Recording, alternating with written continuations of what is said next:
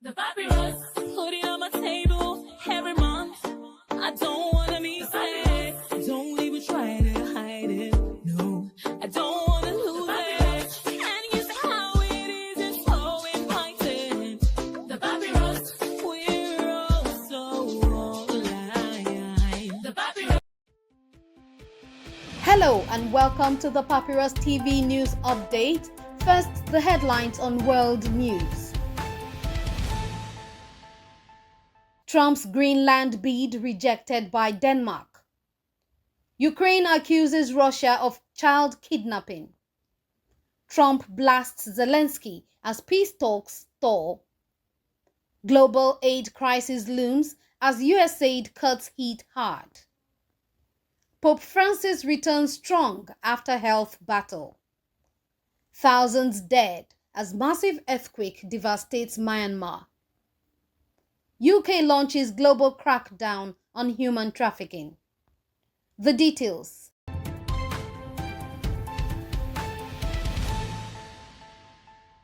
Danish Prime Minister Jens Frederik Nielsen has firmly dismissed President Donald Trump's renewed attempts to acquire Greenland.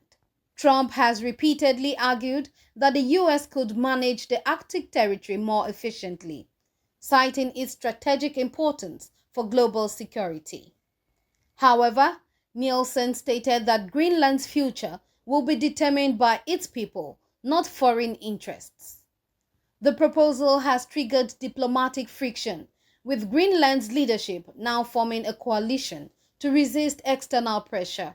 Trump's push for Greenland mirrors his earlier 2019 attempt, which Denmark also rejected. Whether the US will pursue alternative means to exert influence in the region remains an unfolding geopolitical issue.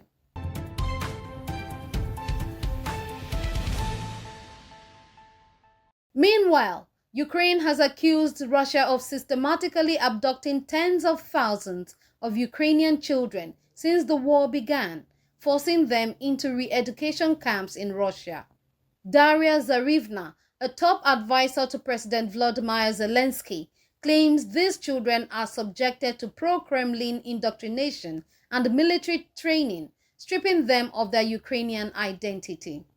Kiev has made the children's return a key condition in any future peace talks, while international pressure mounts for action against Russia. The International Criminal Court has already issued arrest warrants for Russian officials linked to the alleged abductions. However, with Moscow denying the claims, the fate of these children remains uncertain.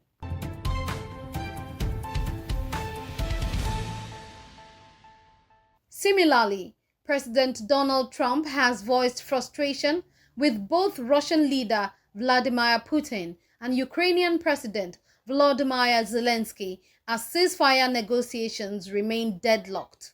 Trump accused Putin of undermining talks by questioning Zelensky's legitimacy, but also criticized the Ukrainian leader for backing out of key agreements, including a minerals deal. However, Russian drone strikes continue to pound Ukrainian cities, escalating tensions as the world watches for a potential breakthrough. With Ukraine pushing for NATO membership and Russia tightening its grip, the peace process faces severe roadblocks. The coming weeks will determine whether diplomacy can prevail or if the conflict will intensify once again.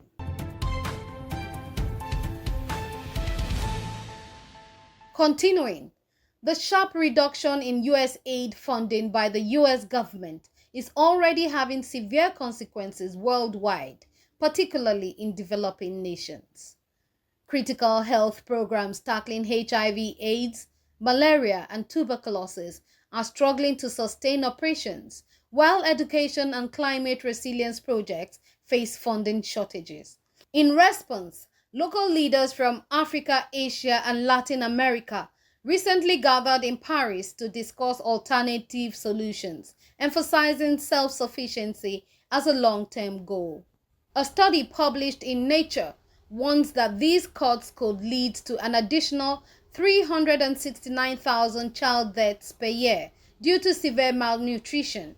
Meanwhile, The withdrawal of U.S. climate finance is expected to devastate global environmental efforts, leaving many vulnerable nations without crucial support. As the international community scrambles for alternatives, the full impact of the U.S. aid cuts continues to unfold.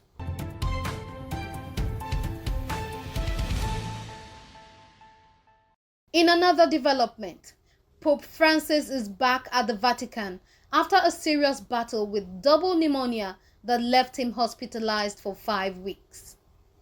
Despite requiring a wheelchair for public appearances, the 87-year-old pontiff remains committed to his mission. His latest efforts include pushing for greater roles for women in the church, strengthening financial transparency, and tackling clerical abuse scandals. The Pope's health has led to adjustments in his schedule, including the postponement of King Charles III and Queen Camilla's planned visit to the Vatican. However, he remains active, recently approving decrees for 3 new saints, including Papua New Guinea's martyr Peter Turrot. As the Catholic Church prepares for the 2025 Papal Jubilee, Francis continues to emphasize renewal and healing, encouraging the faithful to embrace Lent as a time of spiritual and physical restoration. In a rather unfortunate report, a powerful earthquake has rocked Myanmar, leaving over 2,000 dead and more than 3,900 injured. The disaster, which struck on Friday, 29th of March, has caused widespread destruction, with hospitals, homes, and critical infrastructure either severely damaged or completely destroyed.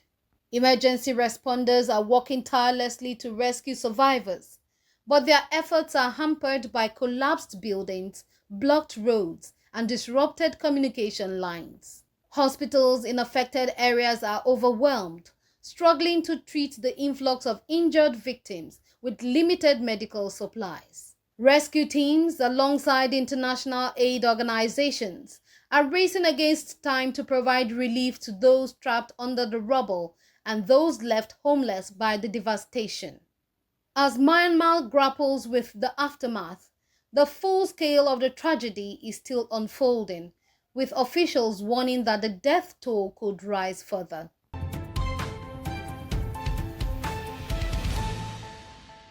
Conclusively, the United Kingdom has unveiled a £33 million initiative aimed at dismantling international human trafficking networks. The funding will support foreign prosecutors and law enforcement agencies in their efforts to track, arrest, and prosecute traffickers who exploit vulnerable migrants.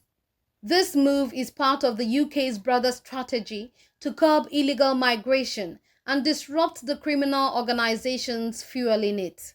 Officials emphasize that the initiative will enhance intelligence sharing and improve cross-border cooperation to target traffickers operating across multiple countries. With human trafficking cases on the rise, particularly in Europe and Africa, the UK government sees this as a crucial step in addressing the root causes of illegal migration. Human rights organizations have welcomed the initiative, but stressed the need for long-term solutions, including better protections for trafficked victims and stronger international legal frameworks.